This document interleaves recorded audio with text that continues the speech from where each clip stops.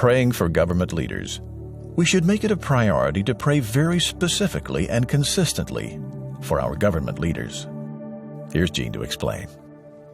As David actually penned this psalm,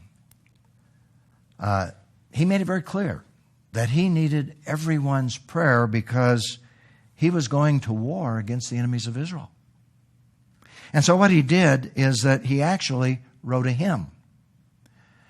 And that hymn was written so that the children of Israel, the people of Israel, could sing it. And sing it in relationship to David's needs as he goes to war against his enemies, against the enemies of Israel. So keep that in mind, that as you read it, the song is being sung, as it were, for David. And of course his men, but David particularly. And here is the song, which is a prayer. May Yahweh answer you in a day of trouble. May the name of Jacob's God protect you, David. May he send you to help from the sanctuary and sustain you from Zion. And as they are praying this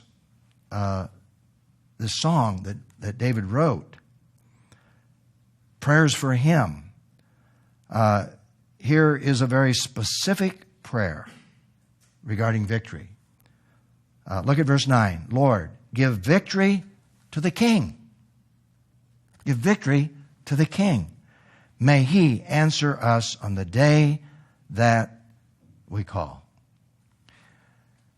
Again, maybe, I can't prove this, but maybe the Apostle Paul was thinking of this psalm when he wrote to Timothy, his first letter. He was out of prison the first time when he wrote this. Later he went back into prison, which then led to his death. But in between imprisonments, he wrote these words to Timothy, who was at Ephesus, helping to establish the church. And this is what Paul wrote. He said, first of all, then, Timothy, I urge that petitions, prayers, and intercessions and thanksgivings be made for everyone, for kings and all those who are in authority. And keep in mind now that Paul has just gotten out of prison the first time. Nero is in power. And Nero is going to take him back into prison and take his life. And so basically what Paul is saying is don't forget to pray for Nero. But in praying for Nero, what are you going to pray? I think the temptation would be to pray that God would bring judgment on him. Well, I'm not sure that would be a wrong prayer, but that's not what Paul says we should pray for. Of all of those in authority. You may not agree with the leadership in your own culture, but you can certainly pray that they will have wisdom.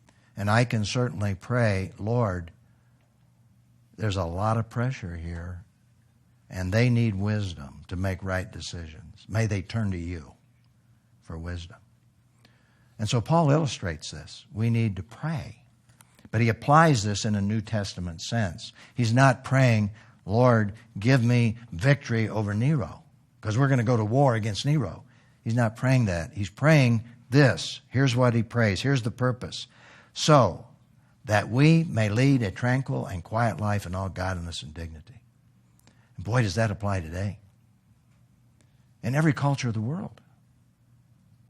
To pray for leaders, no matter what their belief system, no matter what their position, to pray for them so that we as believers may lead a tranquil and quiet life in all godliness and dignity. I love that prayer because I personally don't want to be involved in just a horrible situation of persecution and all those things that can be done to believers.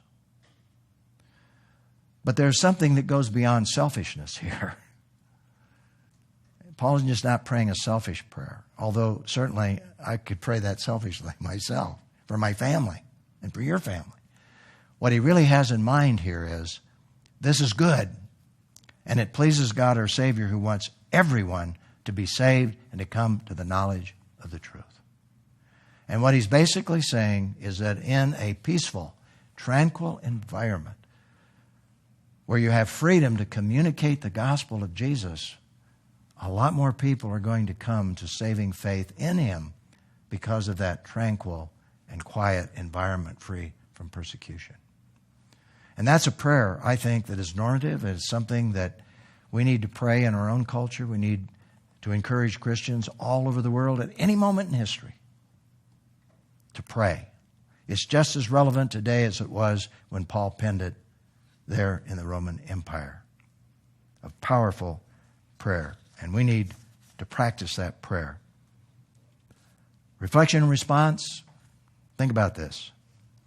What are the specific dangers the church faces when we're free from persecution and resistance? I'd just like to leave you with one statement to think about. In a peaceful and tranquil environment, we can become lethargic and take our freedom for granted.